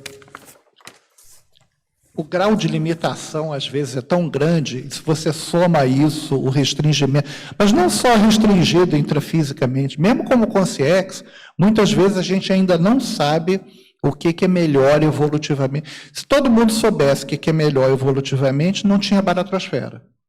Esse planeta já estava livre desse nível e não está ainda. Né? Por quê? Porque a gente ainda não reconhece. E, no entanto, é o seguinte, se a gente mesmo não sabe, não dá para esperar que o outro saiba. Entende? Mas o o evoluciólogo, ele sabe assim, ele olha o teu passado, ele olha o teu momento evolutivo e ele prescreve. Olha, seria bom você ir nesse, mas não tem garantia. Porque o esforço é teu, quem vai ter que desenvolver é você. Entende? Então, é um paradoxo muito grande, porque você é responsável pela sua evolução. No frigir dos ovos é isso. Mas nem sempre você sabe o que é melhor para evoluir. É tentativa e erro. Por isso que é assim. Por isso que não é assim. E a trinomiologia é exatamente o que embasa esse inventário. Por isso que eu quis colocar esse trinômio. Porque são os princípios norteando a autopesquisa e redondando na reciclagem. É o objetivo desse inventário. A partir dos princípios, você complementar a sua autopesquisa e chegar aí nas prescrições para fazer as reciclagens. Por isso que a gente colocou esse princípio. E aqui a Alemanha, ela está pedindo para você expandir 2 princípios à sua escolha, trazendo, se possível, casuística pessoais. Poxa, eu estou podendo escolher? Ixi, não é qualquer vida que a gente podia escolher. Vamos ver. André escolhe um, Pilar escolhe outro. Pode me botar na fogueira, não tem importância. Daí, também tem exemplo. Acho interessante você falar um pouquinho aqui da interassistencialidade. É o 10. Saber ajudar e ser ajudado. Né? Pilar, qual que você escolhe? Era isso, Quer ir pensando enquanto eu falo desse? Tá. O princípio da interassistência, né? Parece que é muito simples, né? Ajudar e ser ajudado. Eu diria que as duas coisas são igualmente complexas. Né? Primeiro, vamos começar pelo ser ajudado. Né? Primeiro, admitir que precisa de ajuda. Segundo, reconhecer que o outro pode te ajudar. Nem que seja te ouvindo, minimamente fazendo você refletir. Para ajudar a pessoa, precisa de técnica. Né? Não é à toa, por exemplo, que o IPC tem um curso chamado assistenciologia. O que é aquilo? É a técnica interassistencial. É basicamente o que a gente estuda. Porque ajudar exige teste. Você não ajuda uma pessoa amadoramente ou aleatoriamente. Pode até funcionar por um certo tempo, mas dependendo da complexidade do caso, precisa de técnica para ajudar. Acho interessante, né, a gente pensar que, quando a gente olha ali o estado do guru, o guru, ele quer resolver o problema do assistido. Ele quer ser o cara que resolveu o problema. Esse é o guru. Agora, do ponto de vista que a gente está buscando, o amparador, ele não está interessado de receber palmadas, né, tipo aplausos e alguma coisa assim. Então, ele vai favorecer muito mais o protagonismo do assistido. Fala assim, não, mas o que você faria? Como, né, tá, olha, mas... Né, e vai muitas vezes se fingir que não está no ambiente. Perfeito. Então, quer dizer, e é um paradoxo isso. Sem contar que a maioria dos gurus, eles vivem do escondimento. Né? Então, isso que você falou é verdade. Ele quer resolver o problema dos outros, mas ele não quer contar quais são os dele. Você não vai ver guru nenhum confessando as suas dificuldades e seus problemas.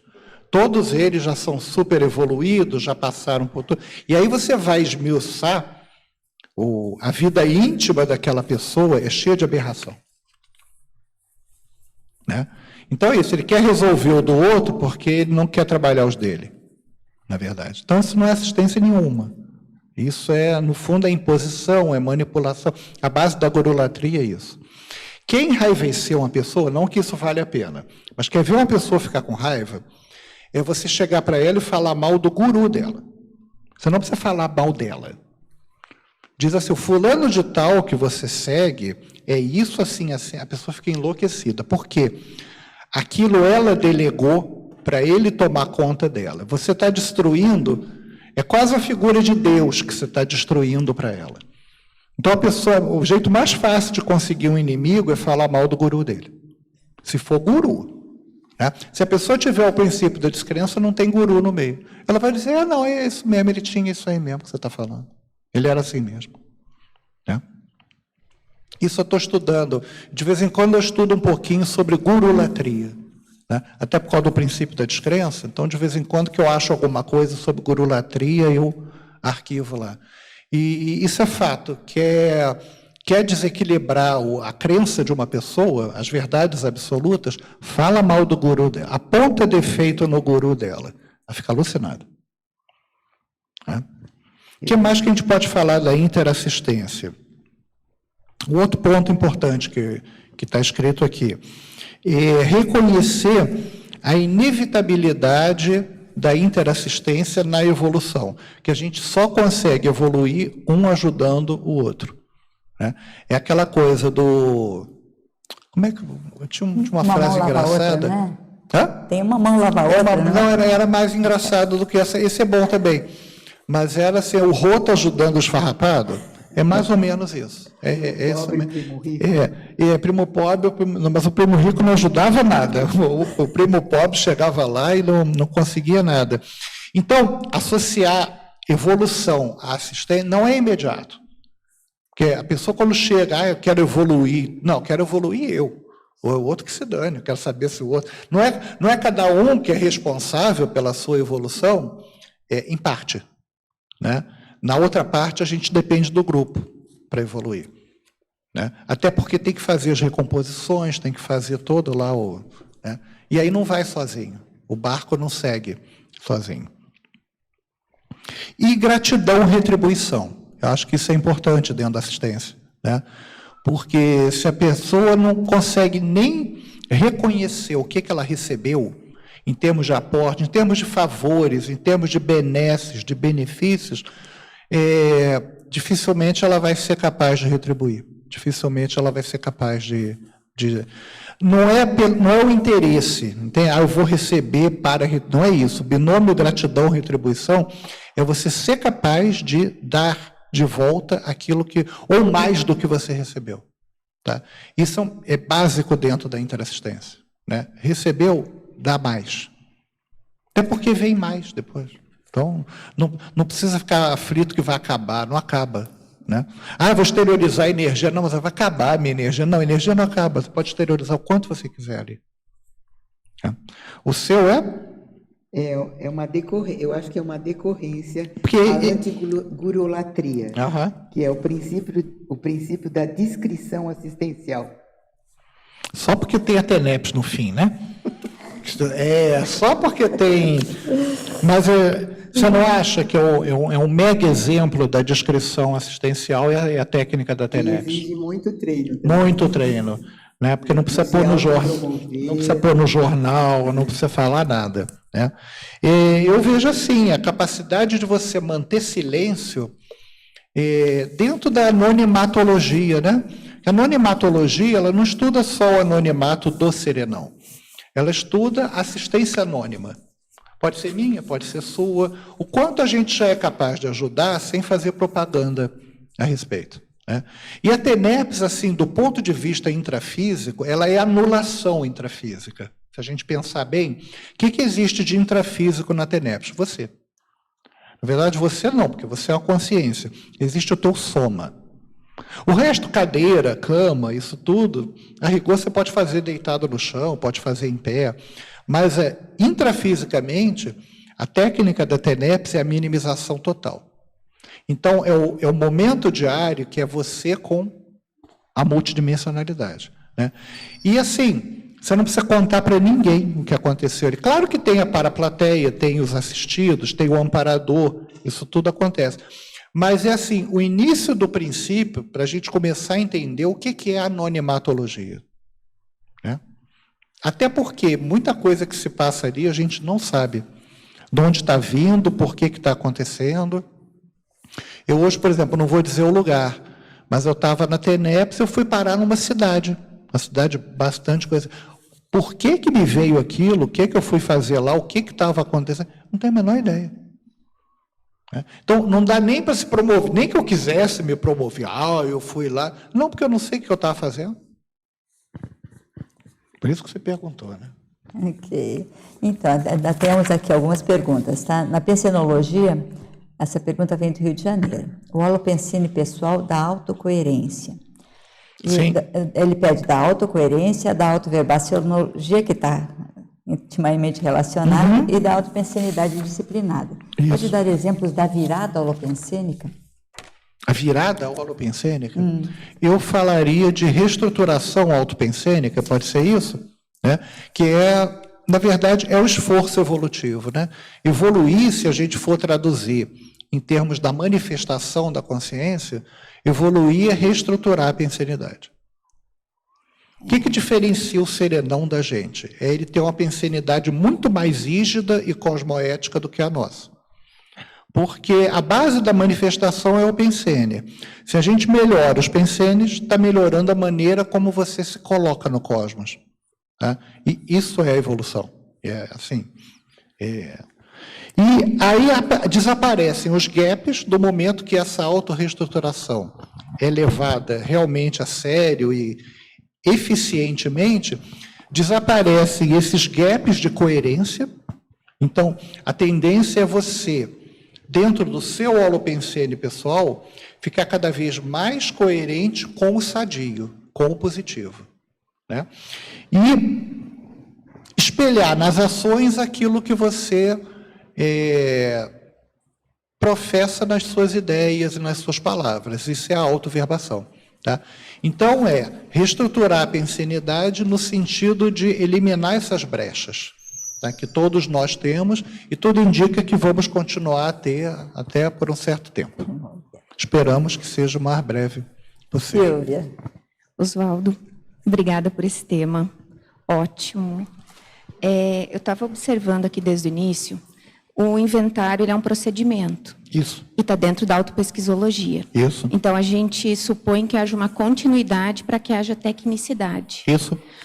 Eu não sei se no início, que eu perdi os 15 minutos iniciais, você chegou a colocar a periodicidade de se fazer, então, esse inventário.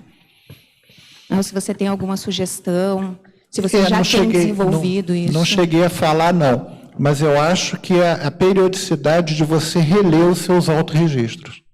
Eu acho que está ligado a isso. Porque tem gente que escreve, faz diabo, depois não lê. Quer dizer, em termos de autopesquisa, não está rendendo muito, né? Porque você só vai detectar lá as semelhanças, as analogias, se você fizer uma releitura periódica daquilo. Eu penso que o inventário acompanha isso.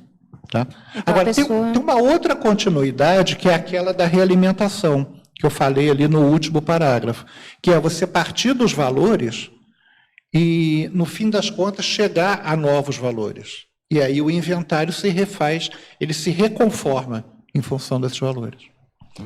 Então, nesse caso, a pessoa pode estabelecer para ela um tempo pré-determinado Isso. ou pode perceber o seu timing. Isso.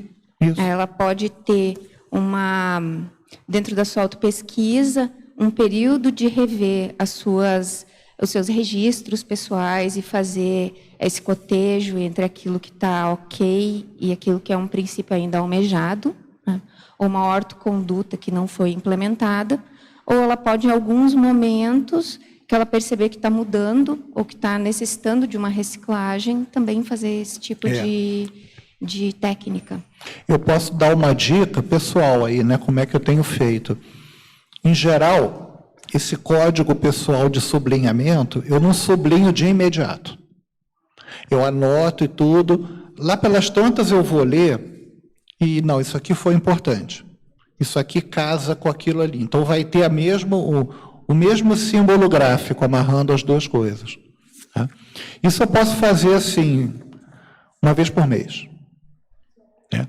Agora, o inventário, eu penso que precisa de um pouquinho mais de tempo. Claro que isso vai depender da pessoa, né? Porque você tem que ter um conjunto de dados maior para conseguir mapear comportamento, para conseguir mapear aí como andam as suas condutas. Aí precisa de uma amostra maior de dados e de ocorrências. Né? Tem aqueles dias que não acontece muita coisa, né? Pelo menos, ou a gente não percebe muita coisa do que acontece. Aí o registro, quando você vai olhar, ele é mais vazio, ele é menos detalhado, né? Mas eu penso que é isso, é olhar de vez em quando. O importante é olhar. Não pode jogar o diário lá na gaveta, mandou anotar, eu anotei, não adiantou nada. Claro, não leu. Isso. E eu tenho o caso da coruja, né, que eu já contei aqui, que a coruja apareceu no mesmo dia em dinâmicas parapsíquicas diferentes. Uma vez foi na TENEPS, outra vez foi num curso. A mesma coruja. Até hoje eu não sei o que é ela. Está lá, coruja. Então, Oswaldo, nosso tempo terminou. Felizmente, ainda sobraram aqui algumas perguntas. Mas, não sei se você ainda quer continuar falando, quer falar mais alguma coisa que ficou faltando, que você gostaria de... Eu acho que vale aí a reflexão e a atenção maior aos princípios da conscienciologia. E não a repetição mecânica, que muitas vezes a gente vê nos verbetes, a pessoa repetindo mecanicamente aqueles princípios, mas sem muita reflexão do que eles estão querendo dizer. Essa é uma seção muito importante dentro da verbetografia dos verbetes. Né? Então, era bom, por exemplo, como exercício verbetográfico, a pessoa, cada princípio que ela coloca num verbete, ter realmente uma reflexão. Por que eu estou colocando isso aqui? Ou é só para cavar o máximo na sessão? É interessante, né? Que a nossa colega aqui, ela pediu para você comentar esse mega PCM, evoluir, depurar princípios, que tem a ver com o que você está falando. Exatamente isso. Viu? Fechou direitinho. Fechou. Muito bom. Obrigado a todos. Então, muito obrigada aqui, Oswaldo, por mais esse verbete, onde a gente aprende muito, né? Muito obrigada aos tertulianos, teletertulianos, paratertulianos, a equipe aqui do tertuliário. Vamos agora aos anúncios tarísticos.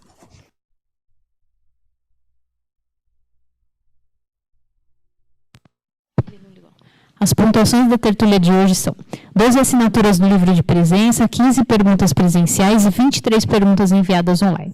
Temos 2 convites. A Fernanda com a Semana Paracientífica e o André Chataloff com o programa Verbetografia. Boa tarde a todos. Convidamos para a participação da 6ª Semana Paracientífica, que irá ocorrer dia 22 a 28 de julho, aqui no auditório do CAEC. Então, o objetivo da semana é divulgar, valorizar e incentivar a produção científica conscienciológica, propiciar parcerias, intercooperação e intercâmbio científico interparadigmático também. Aprofundar a compreensão dos fundamentos científicos desenvolvidos e a aplicação das metodologias também da pesquisa conscienciológica e explicitar e alinhar as pesquisas das instituições. Para isso, foram organizados diversos fóruns de periódicos, encontro dos colégios invisíveis, mesa de debates, conferências, workshops, e vai estar uma feira de pesquisa das instituições conscienciocêntricas e dos colégios invisíveis, abrindo aí a semana. Então, esse evento, ele é um evento de integração entre as especialidades conscienciológicas. Estão participando 24 instituições conscienciocêntricas e as inscrições podem ser feitas aqui no CAEC, seja para participar de forma presencial ou EAD. Então, é importante aí que todo o pessoal aí de fora, né, de Foz do Iguaçu, também vai poder participar nos debates. O telefone de Foz do Iguaçu é 45 2102 1499 e o e-mail é caec@caec.org. Obrigada. Boa tarde a todos e todas. Em nome da Enciclosapiens, venho vos convidar ao curso Programa Verbetografia. Quem não conhece esse programa ele é destinado a formar novos verbetógrafos. Você já parou para pensar quais seriam os motivos, aí, os fatores que levariam a você motivar a ser um verbetógrafo? Primeiro, se a gente for olhar a questão aí da lógica, a estrutura, como que é feita a chapa verbetográfica, isso já é uma fora de série a gente entender como isso funciona. Mas também tem um aspecto da mega GESCOM, quer dizer, uma GESCOM feita a múltiplas mãos e para mãos, e você podendo participar, estar ali dentro dessa enciclopédia, dando o seu quinhão ali de contribuição, isso é ótimo. Além de promover um desassédio e um heterodesassédio, quer dizer, você acaba entendendo melhor as coisas, ficando mais higiênico, mais positivo sobre aquele tema estudado, vai esclarecer um monte de gente. Quer dizer, todo mundo só tem a ganhar ao participar, ao fazer um verbete. Está interessado? Bem, você pode acessar, mesmo estando fora aqui de Foz, fora do Brasil. Por quê? Porque nós temos a versão EAD. A versão EAD vai começar dia 1º de agosto e vai até dia 24 de outubro. Agora são 12 módulos, sendo que essas aulas elas acontecem online, mas se você perder, se tiver algum problema, você pode assistir depois e também tem aulas vídeo. Então, quer dizer, fora esse processo das aulas vídeo, existem etapas semanais em que você vai mandando o passo a passo, a execução de frente a frente, de sessão a sessão, vai recebendo feedbacks, vai arrumando, vai ajustando, e no final você termina com o verbete na mão. Ou seja, não há desculpa, pessoal, não há desculpa por fuso horário, se está longe aqui do CAEC, não tem jeito. Agora, quem puder e está aqui perto, tem um semipresencial. Esse semipresencial tem aulas presenciais, mais esse material de aula vídeo. Está interessado? Então, olha lá. O semipresencial inicia dia 13 de agosto e o EAD dia 1º de agosto. Mais informações. verbetografia@enciclosapiens.org, ou também pode ter acesso aqui no CAEC, mais informações no caec@caec.org. Tá bem? Obrigado. Título do verbete de amanhã é Confor Conscienciométrico, especialidade Conscienciometrologia, verbetógrafa, professora Nilce Oliveira. Agradecemos a presença e a participação. Boa tarde, até amanhã.